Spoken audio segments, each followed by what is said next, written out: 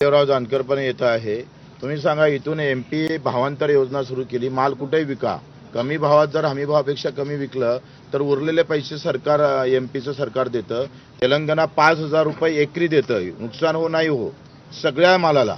फक्त महाराष्ट्र सरकार काही देत नाही. अजूनही सोयाबीनचे खरेदी केंद्र सुरू केले नाही, मक्याचे खरेदी केंद्र सुरू केले नाही. 2400 रुपयाचा मका 1300 रुपयाला विकावं लागतं. मग हमी भावाचा अर्थ काय?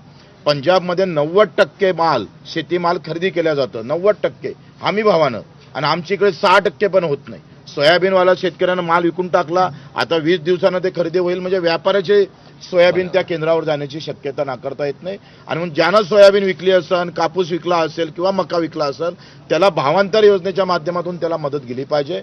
20% हमी भावावर बोनस देणार होतं सरकार, म्हणजे प्रत्येक शेतीमालावर हमी भावाच्या 20%. इथं हमी भावानंच खरेदी केली नाही तर 20% बोनसचं काय, या संदर्भात बोललं पाहिजे.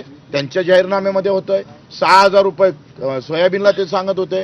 म्हणजे हाती आलेला मालाला सुद्धा जर 500 रुपये क्विंटलनं, कुठं 1500 रुपये क्विंटलनं, आणि कुठंतरी वखरपट्टीच करावं लागली. त्याच्यावर आम्ही पाहतो ते सोयाबीन काळाच्या कामाचीच राहिली नाही. अशा अवस्थेमध्ये त्याला दुष्काळाचे पैसे भेटले नाही आणि शेतीमालाला भाव पण भेटत नसेल तर दुहेरी हत्या आहे. एका हातून एक तलवार, दुहेरी तलवार चालवली आहे. एकानं निसर्गानं मारल्या गेला आणि दुसऱ्यानं भावानं मरताय शेतकरी. त्याच्यामुळं आता आम्ही शेतीत तुमच्या व्यवस्थेमुळं, तुमच्या धोरणामुळं मेल्यापेक्षा आम्ही रस्त्यावर येऊन मरायला तयार झालेलो आहो. तिथं आम्ही एक चिनून मारल्यापेक्षा, मरत असल्यापेक्षा रोज 12-13 आत्महत्या असतं, रोज 12-13 आत्महत्या होत आहे. आम्ही कापा म्हटलं तर तुम्हाला मिरची लागली, रोज मरतोय तर तुम्हाला काही वाटत नाही. कापा म्हटलं का लोकशाही आठवतो तुम्हाला, संविधान आठवतंय, आणि रोज मरतंय त्याचं तुम्हाला काही आठवत नाही. अतिशय दुर्दैवी गोष्ट आहे. आम्ही ही लढाई आरपारची लढणार आहोत. मुख्यमंत्री महोदयांनी याच्यावर तातडीनं लक्ष घातलं पाहिजे. 4 ते 5 वाजेपर्यंत आम्ही त्यांना वेळ देणार आहोत. त्याच्या आत हा निर्णय घेणं महत्वाचं आहे.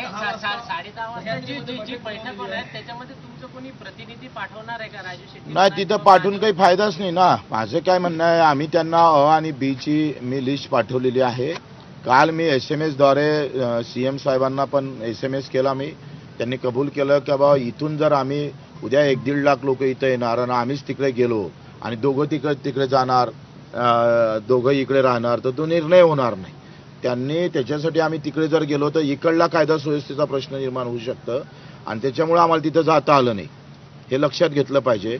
आणि मीटिंग निवळ आम्ही सांगितलं जसं अजितदादांना की बाबा मीटिंग करून मग फक्त समित्या नेमून आम्ही काही थांबणार नाही आहे. आम्हाला निर्णय लागेल आणि निर्णय घेतल्याशिवाय तुम्ही काय निर्णय घेता आमच्या मागणीवर ते लेखी स्वरूपात पाठवा, तुमचं प्रतिनिधी पाठवा, आम्ही त्याच्यावर चर्चा करू. आम्हाला योग्य वाटलं तर योग्य निर्णय आम्ही घेऊ.